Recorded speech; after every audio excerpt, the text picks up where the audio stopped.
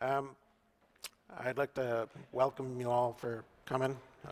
Thank you very much. This has been a passion project of mine for the past 2 years, and here we are. And it's nerve-wracking and terrifying at the same time, but it's something that I really believe in, and because of that, that's why we're all here right now. This came about from my own experience with mental health illness, which some of you probably have heard my story before, some of you haven't. I'll try to make it as quick as possible. It hit my family really hard. My mom's oldest brother had schizophrenia, and then my sister, when she was living with me about 30 years ago, she got schizophrenia, and I took care of her for that very first year. And that was really nerve-wracking because I saw her basically descend into her own personal hell every day, and it would get worse and worse.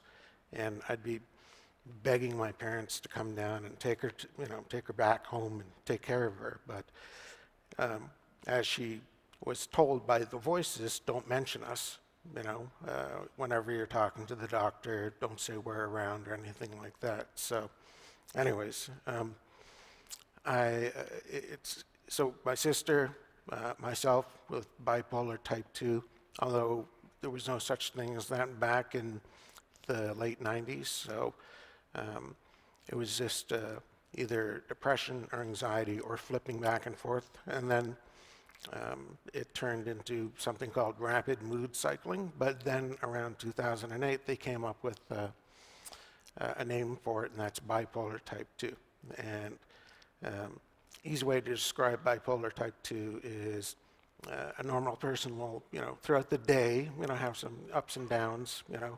A person with bipolar type 2 with external factors affecting them will suddenly shoot up to almost a mania phase, and then in turn, be elation, walking on clouds, and then get bad news, and then right down, like, not necessarily suicidal depression, but very close to it. And this can happen like 50 times a day, just depending on how news is. So learning how to manage your emotions so you can keep that in check is really what you want to be able to do. Schizophrenia first with my sister, and then me not knowing what it was, and finally finding out in 2003 in Vancouver that it was rapid mood cycling. Then my identical twin brother, addiction and BPD, borderline personality disorder. And then my little brother actually has the worst. He has schizophrenia, he has bipolar type 1, which is way worse than bipolar type 2, and he's got paranoia. And he normally about once a year gets committed. He'll just be picked up off the streets and brought to the local hospital, to their mental health ward, and end up staying there and forced meds for about anywhere between 20 and 40 days. So this is something that's we have dealt with as a family for forever. I found my dad's side, we have bipolar. I only found out a couple of years ago that my grandmother actually used to get shock therapy in the 50s actually, and that was kind of interesting to find out. And then my mom's side, that's where the schizophrenia comes from, and that has hit 3 people so far. Her oldest brother, and then his son, who I became really close with, that was living in Vancouver when I moved to Vancouver in 2003, and then my sister, and then my little brother, of course. So I myself, about 4 or 5 years ago, didn't realize that I actually was getting sick. I was just kind of falling down this hole. But because of the meds that I was on, it was masking it. So what happened was I started falling farther and farther down until I almost made it to the very end. And I ended up going and talking to my mom and my dad, just to basically say goodbye. And I told my mother everything, and, at that point, we were kind of an estranged family because of everything that was occurring with my little brother and how he was destroying our whole family dynamic. So it opened up the doorway for me to, get reacquainted with my parents, rebuild our bonds, our trust, our love, whatever. But I also decided that, this happens to so many other people that I should start talking about it. And I never really used Facebook that much. I got signed up on it when it first came out. That very second, it was open up to the public. But for the first year, all I saw was people posting pictures of their food or talking about they just took a shower or something like that. I kind of realized that Facebook was pretty useless. So LinkedIn was my weapon of choice back then. But I don't know, about 4 or 5 years ago, LinkedIn, I don't know, wasn't really doing it for me anymore, and I decided I might as well, reopen a Facebook account. But this time I'm not going to include family, friends, only industry people, and that's it. So my Facebook account is about 800 friends or so. And my criteria for adding somebody to my Facebook is basically, do we have 100 friends in common? Because if we do, there's a very strong chance that sometime over the past 25 years, I've either bumped into this person or been within 10 feet of them at a conference, at the Sony party, et cetera, et cetera. I kind of became somewhat of a heavy Facebook user, and I decided, I'm going to start chronicling my road to wellness on Facebook, and that's what I started doing. And this was about 3 years ago right now, actually, October. So I started talking on it on Facebook, and I just call it the same thing every time, mental health update. And I had people start reaching out to me and talking to me, and we'd set up a time to chat, or we would just start chatting right then. And they would tell me their stories. And I was shocked at how many people within our industry are doing what I used to do, which is wearing this facade of, we look fine on the outside, but we're not. We're actually broken and constantly looking for a fix on the inside. And I was really surprised at how many people actually reached out to me and wanted to talk to me about this. And this kept going on for about a year. And about 2 years ago in July, when the game Hellblade came out, I bought it the day it came out, and you're supposed to play the game with headphones because it's a very oral audio game. I bought it and I played it with headphones, and just the opening 5 minutes, it hit me so hard it wasn't funny, because it made me suddenly understand this is exactly the hell that my sister went through that year and a half she was living with me. And you have the one main voice. Everybody has their own different types of schizophrenia, and you can have hallucinatory, you can have auditory. My sister, when she was living with me, it was auditory. And just those first 5 minutes of Hellblade just rocked my world. I was just shocked, like, this is exactly what my sister constantly would tell me what it was like to have schizophrenia. So I decided to reach out to the developers as well as the clinical person, and the clinical person was Professor Paul Fletcher from Cambridge University. He's a professor that teaches neurology over in the UK at Cambridge University.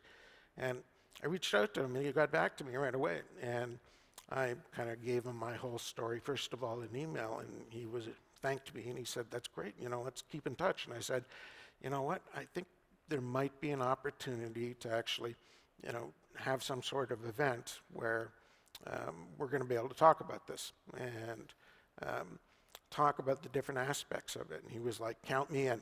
And so over those next 2 years, we kept in touch, and I wanted to do something a year ago, but I wasn't well enough myself to pull something like this off. And to be absolutely truthful, I'm kind of on the edge right now. I'm close, but I'm doing fine right now. But it's been nerve-wracking and terrifying, as I was saying earlier.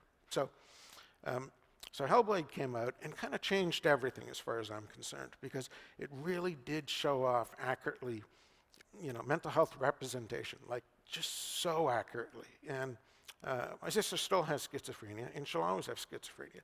But, and she's the nicest, most loving human being in this world. She's a palliative nurse, and she's actually in demand because she's so empathic with her patients, and she's awesome.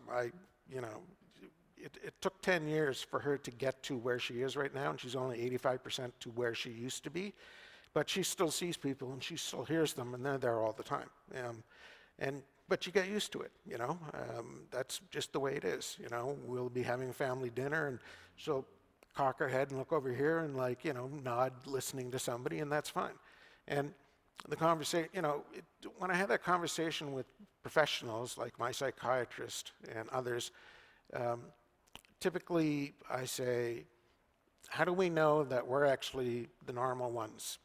How is it that she's actually the one that's actually gifted? Maybe she's being able to see through different realms, different dimensions, who knows?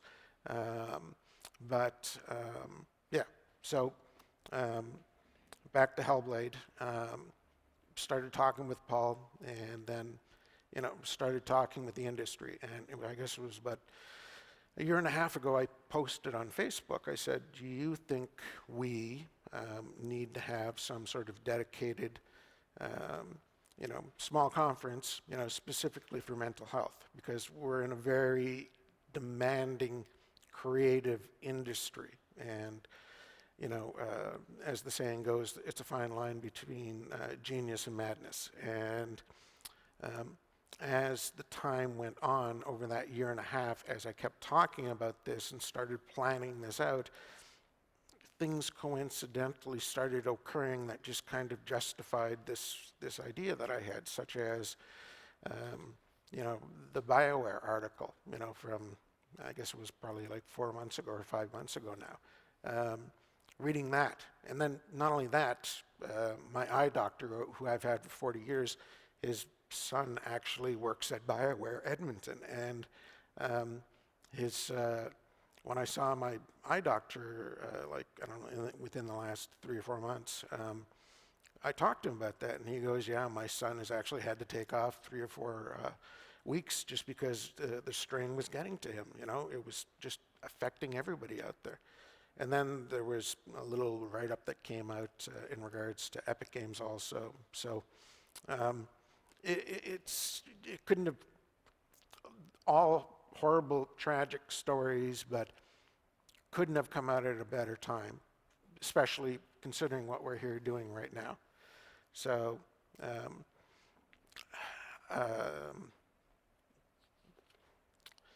let me try to get back on.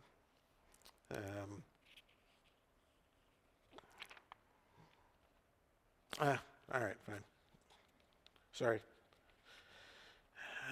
I sometimes lose my my momentum.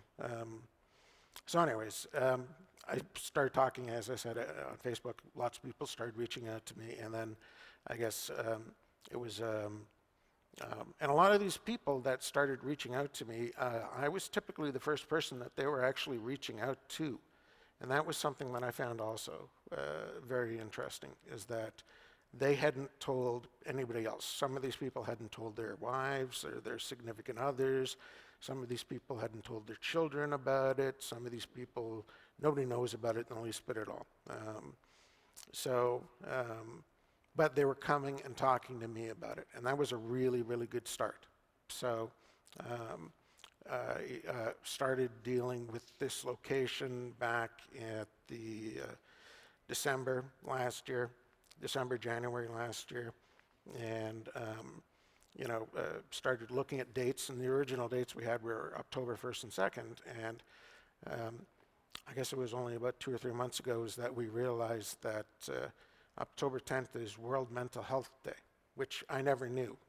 We all know about Mental Health Month because Bell Canada talks about it so much, and they have those days where they match the your texting or something like that. But I didn't know that was that day, and I don't think anybody else did. So that's tomorrow. So in talking to all these people one-on-one, they were all saying that it's pretty much the same story. They can't really talk about it where they work because it might affect their job prospects. They don't want to, and we're a really highly competitive industry also. Now, if you want to work in this industry and stay in this industry, you've got to make a ton of sacrifices. And making yourself look vulnerable is not, is something that people don't really want to do. So,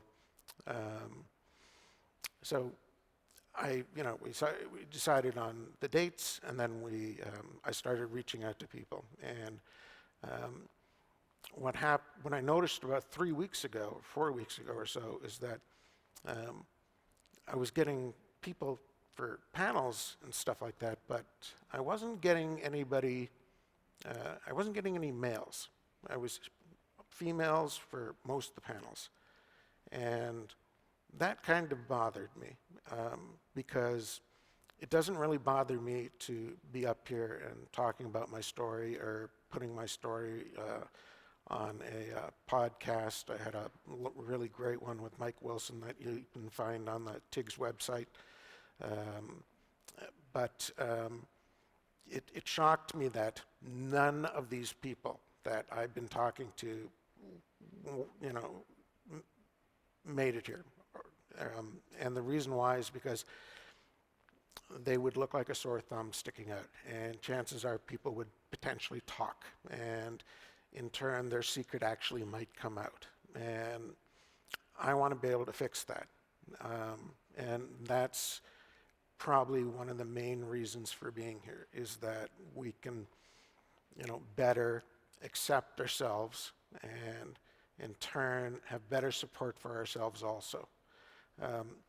Over in the UK, they've done some very interesting things, and the reason why is because Prince Harry, a couple of years ago, did a very famous interview, and that interview was about mental health and when his mother passed away, Princess Diana, and he did this, that everybody over in the UK saw, and that really changed it for men over there. I've been told by 2 people from the UK. Paul Fletcher said that, as well as Susan, somebody I know from Rare. And the reason why it changed is because Prince Harry is kind of viewed as a man's man because of his military service, and he was kind of a playboy also, So because of that removes some of the stigma. So it's way easier now over in England for men to talk about this openly. But we don't have this over here, and we haven't had our Prince Harry step forward yet, just from the general public, or even from the gaming industry. And I know 5 people right now in our industry that are senior enough that you all know, that we all see, in the news at least once or twice a month, that would be able to step forward and say, I have a mental illness, and here's what my mental illness is, and I want to start having a discussion about this. If we could just get that one catalyst person, then that would help our complete industry. But we weren't able to right now. But I'm still happy you're all here, and I'm happy that we have this many people here also. My goal was to break the number of people that went to the very first GDC. And that was 17, so we broke that number, so I'm really happy. So I think that's about it, unless Eve has something she would like to say at all. All right, cool. Well, thank you very much for coming, everyone, and we're going to have a lot of very interesting things going on throughout the day. It's really 3 different, sorts of panels that we'll be having.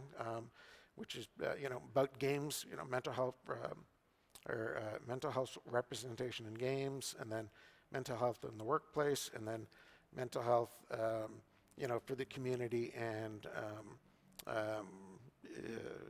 community and online interaction. So we're kind of handling games, gaming, and gamers. All right, great. Well, thank you very much.